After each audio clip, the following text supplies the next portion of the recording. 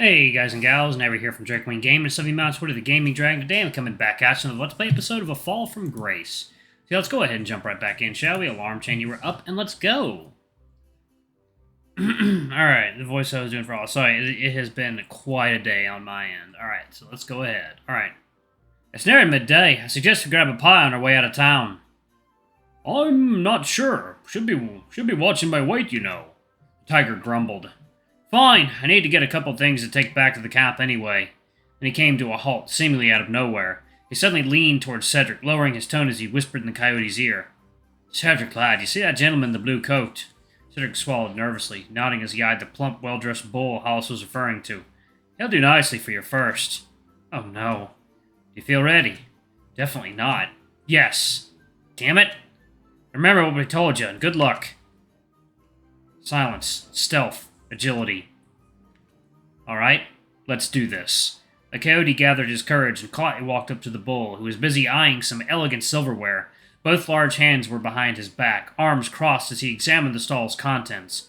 A small and tasteful blue purse, matching the rest of his outfit, hung on his left hip. The vendor was busy dealing with another customer. This was obviously Cedric's moment to act. He took out a tiny pocket knife, holding the purse with his left hand as he cut the gold lace string which had been anchoring it to the coat. Those 3 seconds seemed to last eons, as Cedric kept monitoring the bull's every movement, terrified he might notice something was wrong until finally he felt the purse come loose in his hand. He'd done it, and his victim was none the wiser. He rapidly inspected his surroundings. None of the folks in his vicinity seemed to give him the slightest notice. Was this really as simple as the tiger had made it sound? Suddenly the bull's hands moved as he reached for an item on the stall in front of him, the vendor noticing his movement and turning towards him.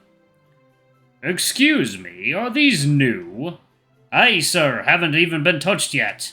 Luckily, his victim was large enough to block Cedric from the vendor's view. Heaving a sigh of relief, the coyote turned around, ready to rapidly make his way back to Hollis and Selwyn. Suddenly, he collided with an old badger he hadn't noticed approaching to his right, the two falling to the ground from the impact.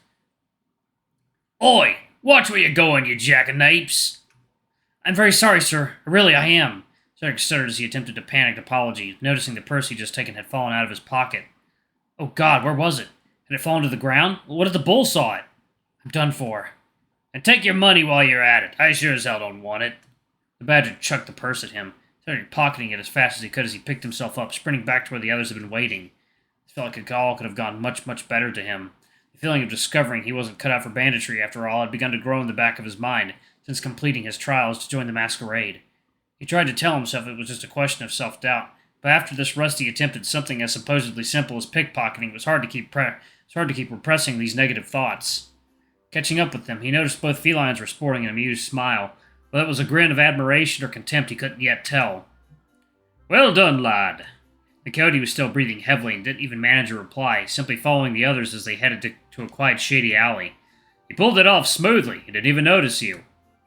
Just remember, your job's not over when you pocket the money. As you learned just now, there's always something going on around you. Take it now. Water tub.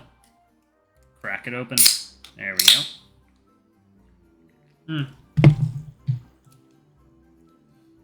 Cedric nodded, slightly embarrassed at being lectured by the tiger. Selwyn chuckled nearby, likely recalling the first time he'd gone pickpocketing with the others. Don't worry, Cedric. I've had way worse experiences than that. Victor will be proud of you. I hope so. The coyote paused before finishing his sentence, as he noticed the cheeky grin the usually timid house cat was sporting. What's Victor got to do with this? Why should I need his approval? I'm sorry, I didn't mean... Hollis burst into laughter at Selwyn's sudden outburst of sheer panic. Cedric, we're not blind, nor indeed are we deaf. We've all seen the way you two look and talk to each other by now, clear as daylight. Oh, I see. Cedric lowered his head as he felt his cheeks grow warm. He wasn't able to restrain himself from blushing all over. Was it really so obvious? Obvious enough for every single one of the bandits to notice? We have grown extremely close. He glanced around at their surroundings, nervously, making sure none of the passers-by were close enough to hear their topic of conversation. Now wasn't the time to go looking for trouble. He then resumed talking, albeit in a lower tone than earlier. I suppose we've begun dating, if you can call it that, though it's unofficial for the time being. The two felines smiled as Cedric let out a nervous laugh. I'm sorry, this is all so new to me. I don't want to jinx it, but it is my honest opinion that you two were made for each other. Wouldn't you say so, Hollis? They certainly have a strong connection. And perhaps by some miracle, your elegant ways could end up rubbing off on Victor. The tiger mumbled. I'm sure that's not the only thing he'd like to rub off on Victor. Oh my goodness, stop bullying me! The three laughed as they crossed the sunlit square. Come now, Cedric, we all agree Victor is a dashing young fellow. You're very lucky. They spent another half-hour walking around the town, as Cedric eyed some charming decorative trinkets in one of the shops, namely a fox-shaped ring displayed in the bay window. He rolled his eyes at his own wishful thinking. You absolutely hopeless romantic. Are we really contemplating marriage already? Of course not! Well, perhaps in a future lifetime. He stopped by the fountain to fill his empty flask, preparing himself for the journey back. After lingering at one of the market stalls while Hollis purchased some food for the group's supplies, the three soon left the town behind them as the sky began to grow overcast. Though the purse Cedric had stolen was modest in size, the amount of gold it contained more than made up for it. Once the three had counted each coin, they estimated at least 10 meals worth in money for the whole group. The journey back was smooth but tiring, as they trudged across what the coyote could have sworn were at least a dozen muddy green fields too many, aiming to reach the camp before sunset. As soon as they reached their lodgings, Victor almost jumped up from the log he'd been sitting on and ran to greet the three bandits. How did everything go, boys?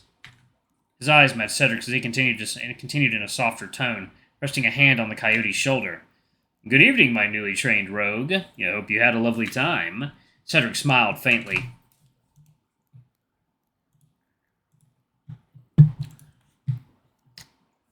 I did, thank you, V. With Hollis and Selwyn's help, I knew I was in good hands. He didn't sound particularly convinced about this statement, however, Victor picking up on it immediately. Is anything wrong? No, The coyote paused, considering whether his self-doubt was a subject he should even bring up, especially in front of the two bandits who had been tasked with training him for the day. One second now, kitties are calling. Ain't nothing wrong with them, they just meowing at each other like a couple of babies. Alright, he didn't want them to get the impression he thought their training was useless, not after everything they'd done. But it would surely be better to bring this up now than to let it fester until a later date. Taking comfort in the fact he managed to grow close not just to Victor, but to the other bandits too, Cedric sighed and finally spoke up. Well, yes. I've been feeling a bit frustrated. About what? I'm not improving as fast as I'd like. These skills are vital to my survival, at least for the time being, and if I keep botching them, I might as well dig my own grave here and now. But I thought things went well today. It's not about today, it's just a general feeling I can't shake off. You're right to be angry at me at our first robbery. If this isn't something I can adapt to quickly, I might as well go home. Cedric, look me in the eyes. The coyote lifted his head as he met Victor's gaze. I was wrong to be angry with you at the time. I expected too much. Don't set yourself the same warped expectations. You simply need practice, that's all there is to it. That's the only way to learn. And you got some practice today, did you not? Aye, I did. A wave of self-doubt suddenly overcame Cedric, forcing him to avert his gaze from the fox. He replied softly, observing the mossy ground in front of him. And now you know how to go about pickpocketing, right? Aye, I do. That's an improvement, and I'm sure Hollis and Selwyn will agree. Both felines nodded, and Hollis wrapped an arm around Cedric to comfort him. We've all been there, lad. No one's born a thief. Plus, you're quite the natural pickpocketer. Things could have gone smoother, I suppose, but when do they? Especially during one's first attempt. Hollis had already begun to head to his carriage before he'd completed the last sentence. Now who wants something to drink? Ciders all around, please, Hall. Right you are, my boy. I'm not too tired after the long walk to Bambrough and back, Cedric. Victor chuckled as the cat wiped some sweat off his brow. I've gotten Cedric used to long walks since we both set off last week. Indeed, he is now a bold wayfarer. I told you I didn't mind a good stroll. However, if you'll excuse me... There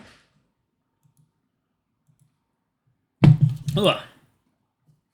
The coyote eagerly sat down on one of the logs surrounding the lit campfire, undoing his jacket buttons, taking off his boots, and stretching his legs immediately after. You already feel like one of us, if that makes any sense, ever since you first set foot in the camp. That means ever so much to me, Sel. Thank you. I need to stop listening to that voice in the back of my head. Dion told me it's moments like these that prove someone is willing to improve and has the guts to do so. Aye, indeed, he's correct. Now, would you like to show Vic today's loot? Oh, yes. Cedric fumbled about as he pulled the day's prize from his right pocket. That's gorgeous. Why, just the purse alone must be worth a great deal. I'm so proud of you, darling. The coyote grinned, finally feeling a sense of accomplishment. I did my best. Hollis reappeared with a couple pints of sweet cider in each hand. The lad really has a surprising knack for banditry, considering his high-end origins. Oh, Cedric, you said you'd like to get more practice done, right? The coyote nodded as he tasted his drink. Then I hope you're not too tired, because there's one thing more I'd like you to assist me with this evening. Hollis chuckled to himself. Keep it in your pants, Vic. Actually, Dion would be joining us too. Now this is getting steamy. Why wasn't I invited? The fox rolled his eyes, waving his hand at the tiger dismissively. Oh, be quiet, Hall. I'm talking about a job. Cedric's ears perked up. Oh? The three of us could dine at the Hunter and Hittingstone. Listen in on some conversations and mug a couple posh drunks on their way home. I bet like the evening I came across you again. Except this time you'd be the one doing the mugging. How does that sound? Cedric had stopped worrying about the risk factor by now and just treated this as he would any other normal suggestion. Plus, the others were right. The more practice he got, the better bandit he'd become. And come to think of it, he was starting to feel pretty hungry. With a dash of unusual confidence, he wiped his mouth with his left hand while he finished drinking. Why not? As long as we don't have to cross those marshes from earlier again. Noticing a lack of replies from the other bandits, Coyote rolled his eyes jokingly. We're going to have to cross those marshes again, aren't we? Victor burst out laughing. You'll just have to wait and see, darling. All right, just give me a moment to relax and gather my strength before we set off. Of course, I'll go tell Dion you're coming with us. You go get some rest now. And great work so far. Cedric smiled. Thanks, V. Just over half an hour later, Victor, Cedric, and Dion were sharing a small and dirty table in Hittingstone's Hunter Inn. The Hunter was the most popular tavern in the area and attracted a numerous and varied crowd of clients. The rooms were small and dingy, the large and brightly lit main hall being the only exception. All sorts of paraphernalia hung on the walls, a sign of the many landlords and landladies that had come and gone over the years, displaying their taste for paintings, etchings, and antiques on the pub walls without removing the items they'd already found there. The result was what felt like a cluttered but charmingly unique space, especially in the smaller rooms, giving them a homely and lived-in atmosphere. Kings, sea captains, soldiers, and folktale creatures and characters alike all lived side by side on the centuries-old walls, lit up by the dim candlelight and the crooked lamps that hung from the low ceilings. So low, in fact, Dion had to crouch down to move most of the way in. Alright, I'm actually going to pause it right there. Thank you all so much for watching. Don't forget to like, comment, subscribe, ring that notification bell, and check out our Patreon if you can. It always helps. Or donate using Super Thanks on YouTube. That always helps as well. Anyway, I love you all, and I shall see you all in the next video. Bye-bye!